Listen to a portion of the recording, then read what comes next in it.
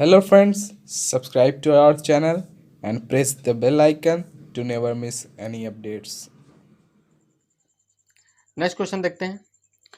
Next question कहता है कि आंसर द फॉलोइंग क्वेश्चंस।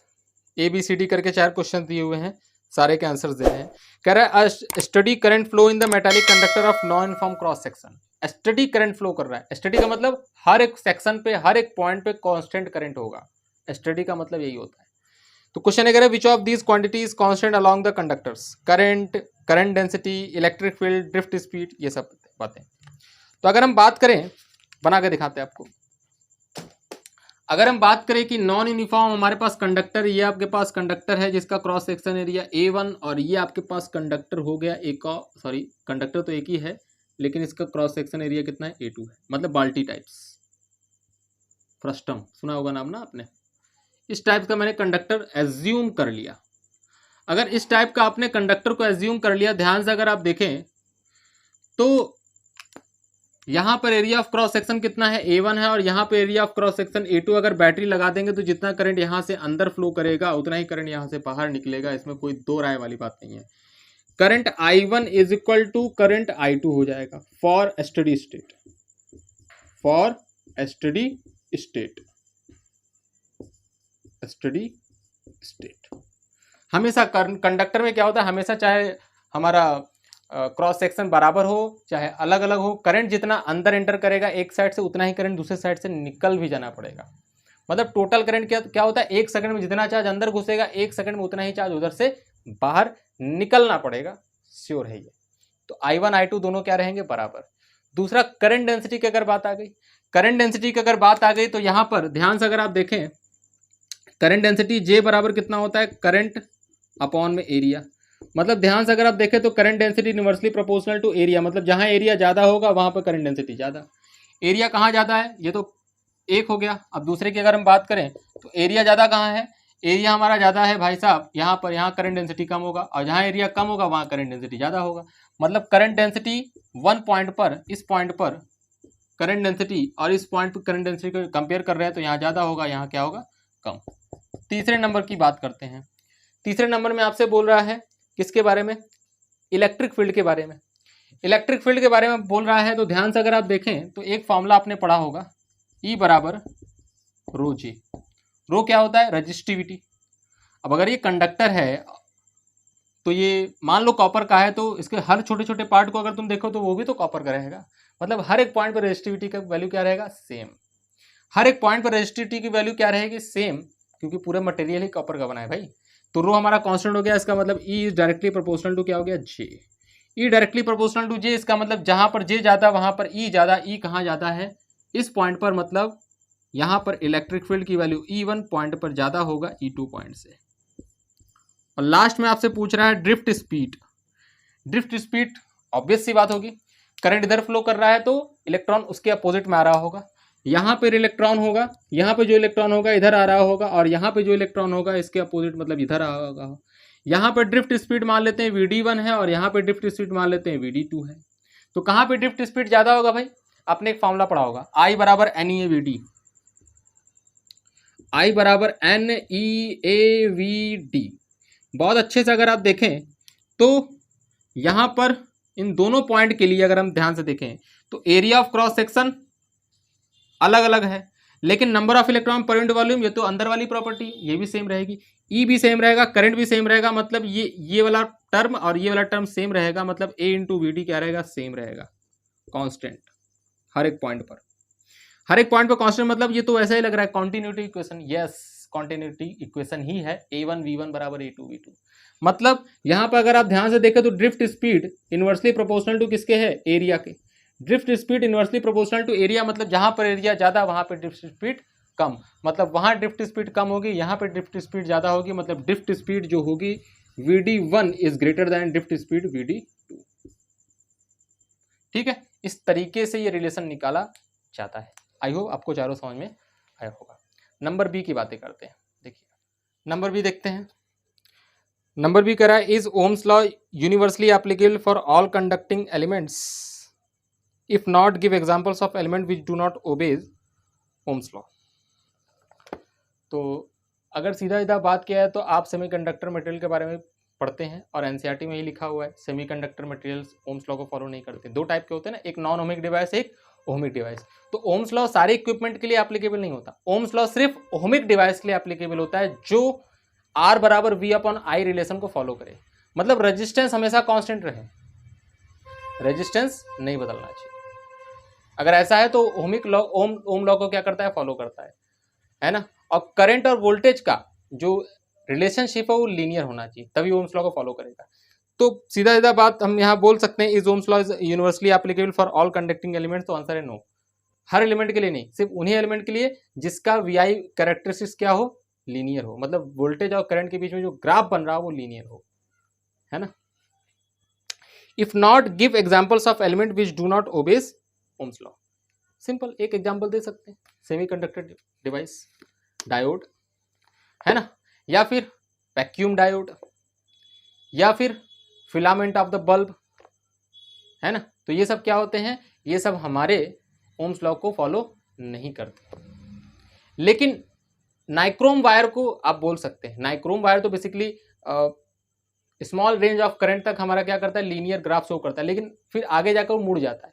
आपने देखा होगा एनसीईआरटी के ग्राफ में ही देखा होगा कि at high value of voltage वो करंट और वोल्टेज के बीच में लीनियरशिप जो रिलेशन होता है वो खत्म हो जाता है, वो आगे जाके मुड़ गया होता है ना। तो at large value of voltage हमारा नाइक्रोम वायर भी क्या बन जाता है, नॉन ओमिक डिवाइस बन जाता है। मतलब स्मॉल वैल्यू ऑफ वोल्टेज के लिए ओमिक लॉ को फॉलो करता है, फिर वाइड रेंज ऑफ वोल्टेज के लिए ओमिक लॉ को फॉलो नहीं करता। ये नंबर बी का आंसर था। आइए देखते हैं नंबर सी। नंबर सी कह रहा है a low voltage supply from which one needs high currents must have very low resistance why. कह रहा है लो वोल्टेज के सप्लाई से किसी को हाई वैल्यू ऑफ करंट चाहिए तो उसे लो वैल्यू ऑफ इंटरनल रेजिस्टेंस लगाना पड़ता है। तो बताना है क्यों। तो उसका इंटरनल रेजिस्टेंस क्या होना चाहिए, लो होना चाहिए। मतलब तुम्हें क्या चाहिए, लो वैल्यू ऑफ वोल्टेज पर हाई वैल्यू ऑफ करंट चाहिए। तो वो जो वोल्टेज है, वो जो बैटरी लगाना है हमको, उस बैटरी का इंटरनल रेजिस्टेंस स्मॉल होना चाहिए। ऐसा क्यों, इंटरनल रेजिस्टेंस स्मॉल क्यों होना चाहिए, ऐसा क्यों पूछ रहा है। तो ध्यान से अगर आप देखें तो मान लेते हैं कोई सप्लाई है, कोई बैटरी है और इसका इंटरनल रेजिस्टेंस है।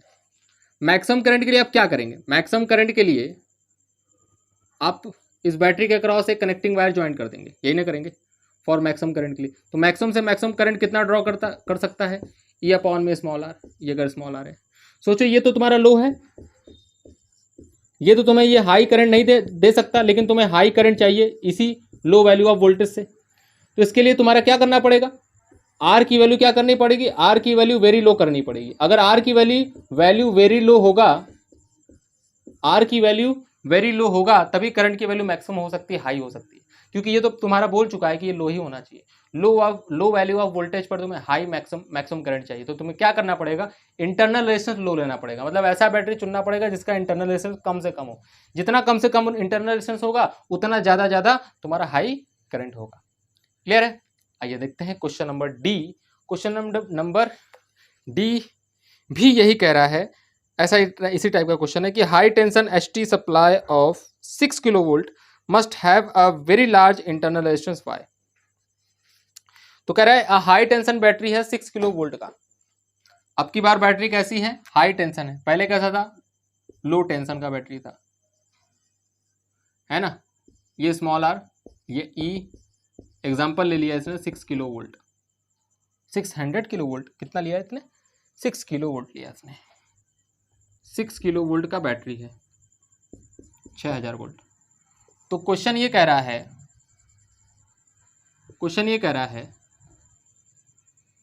कि 6 किलो वोल्ट का बैटरी है, ये एक्सटर्नल रेजिस्टेंस है, और आपसे ये कह रहा है कि 6 kilo volt must have a very large internal resistance why. ये इसकी आर की वैल्यू बहुत लार्ज क्यों होती है, ये पूछ रहा है, इसके लार्ज क्यों रखते हैं। अब सोच के देखो, मान लो I बराबर, करंट कितना आ गया, करंट निकाल ले पहले। करंट बराबर कितना, E अपॉन में 6 किलो वोल्ट है, E अपॉन में कितना है, E अपॉन में capital R plus small r. ये हाई टेंशन बैटरी लगा है। अगर कभी कभी या किसी तरीके से अगर ये सर्किट तुम्हारा शॉर्ट हो गया तो ऐसा भी हो सकता है, सर्किट में अगर हमारा शॉर्ट हो गया तो अगर ये शॉर्ट हो जाएगा तो पूरा का पूरा करंट कहां से पास कर जाएगा, शॉर्ट सर्किट से पास कर जाएगा।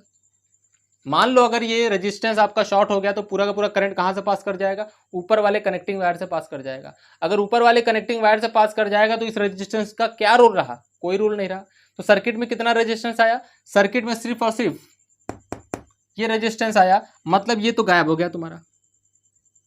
और ये अगर गायब हो गया तो ध्यान से देखो, ये तो बहुत हाई है, 6000 वोल्ट है, और इस 6000 वोल्ट पे करंट की वैल्यू क्या हो जाएगी, बहुत ही हाई। और अगर ये बहुत ही हाई हो जाएगा तो सर्किट को क्या कर देगा, डैमेज कर देगा, आग लग जाएगा। शॉर्ट सर्किट का मतलब समझते हैं ना, किसी भी कंडक्टर या किसी भी इक्विपमेंट के दोनों पॉइंट को अगर कनेक्टिंग वायर से टच कर देंगे या दोनों पॉइंट एक दूसरे से टच हो गया तो वो क्या हो गया, शॉर्ट हो गया। तो अगर हो सकता है, ये पॉसिबिलिटी है कि अगर हाई टेंशन बैटरी से अगर हम घर में किसी चीज़ को कनेक्ट किए हैं और हमारा ये रेजिस्टेंस है तो इसके शॉर्ट होने के चांसेस है। कई कई घरों में शॉर्ट भी हो जाते हैं, आग लग जाते हैं, सुना होगा आपने।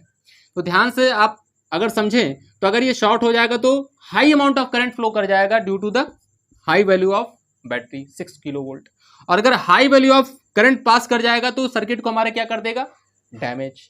इसी चीज से बचने के लिए हम क्या करते हैं, स्मॉल आर की वैल्यू क्या ले लेते हैं, high value of internal resistance use कर लेते हैं बैटरी का। अगर high value of internal resistance use करेंगे तो ये करंट को क्या कर देगा, पहले वाले के रिस्पेक्ट में डोमिनेट कर देगा, कम कर देगा। और अगर कम कर देगा तो सर्किट में आग लगने से बच सकता है, इलेक्ट्रिकल डैमेज होने से बच सकता है। तो इसका यूज यही था कि electrical to avoid the electrical damage in the circuit, इसलिए हम इसको high value of internal resistance लेते हैं। देखो यहाँ पर low value of internal resistance था, यहाँ पर काम अलग था और यहाँ पे काम अलग था। यहाँ पे हमें काम क्या करना है, यहाँ पे हमें हाई वैल्यू ऑफ वोल्टेज से हमें सर्किट को चलाना है। और सर्किट को चलाना है तो हमें ये भी ध्यान रखना है, कहीं सर्किट अगर हमारा शॉर्ट सर्किट हो गया तो करंट कितना फ्लो करेगा। तो इसलिए करंट कितना फ्लो करेगा, ऐसा भी नहीं कि बहुत ज़्यादा करंट फ्लो कर जाए, आग लग जाए। और यहाँ पे क्या करना, यहाँ पे मुझे चाहिए था मैक्सिमम वैल्यू ऑफ करंट मुझे चाहिए। यहाँ पर अगर मैक्सिमम वैल्यू ऑफ करंट मुझे चाहिए, सीधा सीधा कनेक्टिंग वायर यूज करेंगे और यहाँ पे मैक्सिमम वैल्यू ऑफ करंट देखेंगे कितना ज़्यादा मैक्सिमम वैल्यू ऑफ करंट हम ले सकते हैं सर्किट में। ठीक है, चलिए नेक्स्ट क्वेश्चन देखते हैं क्या कहता है। अगला क्वेश्चन लेते हैं, क्वेश्चन नंबर 19 को कहता है चूज द करेक्ट ऑल्टरनेटिव्स। इसमें भी 4 हैं question. alloys of the metals usually have greater or less resistivity than that of their constituent metals। जो हमारे मेटल्स के जो अलॉय बनते हैं, जैसे आपका मैंगनीन है, कॉन्स्टेंटन वायर है, ये सब जो अलॉय होते हैं इनकी जो रेजिस्टिविटी होती है वो कह रहा है कि वो ग्रेटर होता है या फिर लेस होता है in comparison to individual metals जो हमारे जिससे ये बना हुआ है। तो इसका आंसर तो सीधा सीधा है कि इसका जो हमारा रेजिस्टिविटी जो होता है वो रेजिस्टिविटी क्या होता है, ग्रेटर होता है। किससे, इंडिविजुअल मेटल से। अगर ये 2 मेटल से बना हुआ है, 3 मेटल से बना हुआ है तो तीनों से ग्रेटर रहेगा जिसका ये अलॉय है। और 4 से बना है तो चारों से ग्रेटर रहेगा, 2 से बना है दोनों से ग्रेटर रहेगा। सीधा सीधा स्ट्रेट फॉरवर्ड आंसर है इसका, है ना, इसमें कोई दिक्कत वाली बात नहीं है।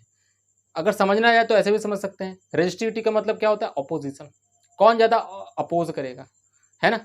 तो अगर एक मेटल है तो उसमें अपोजिशन क्या होता है, कम होता है। लेकिन हमने क्या बनाया है, अलॉय बना दिया है। अलॉय बना दिया है 2-3 मेटल का मिक्स करके। अगर 2-3 मेटल को मिक्स करके अगर हमने क्या बना दिया, अलॉय बना दिया है, तो ऑब्वियस सी बात है रेजिस्टिविटी क्या हो जाएगी भैया, रेजिस्टिविटी क्या हो जाएगी, इसका बढ़ जाएगा। मेटल से मैंने अलॉय बनाया है ना। अलॉय के बाद क्या आता है, इंसुलेटर आता है। ठीक है, आइए देखते हैं नेक्स्ट क्वेश्चन। अगर हम नेक्स्ट क्वेश्चन की बात करते हैं, alloys usually have much lower or higher temperature coefficient of resistance than pure metal। तो कह रहा है alloy का जो टेम्परेचर कोफिशिएंट ऑफ रेजिस्टेंस होता है, अल्फा की वैल्यू किसकी ज़्यादा होती है, प्योर मेटल्स का ज़्यादा होता है या फिर alloys का ज़्यादा होता है। अगर आप ग्राफ, आपको अगर ध्यान हो, आप इस बुक में ही ग्राफ बना हुआ है प्योर कंडक्टर का आपका ग्राफ बना हुआ है ऐसे करके। और अलॉयज का जो ग्राफ बना हुआ है ये हमारे कॉपर का है, ये कॉपर के लिए ग्राफ बना था। कंडक्टर है, और ये हमारे नाइक्रोम के लिए ग्राफ बना है, नाइक्रोम, ये ऐसा, ये एलॉय है।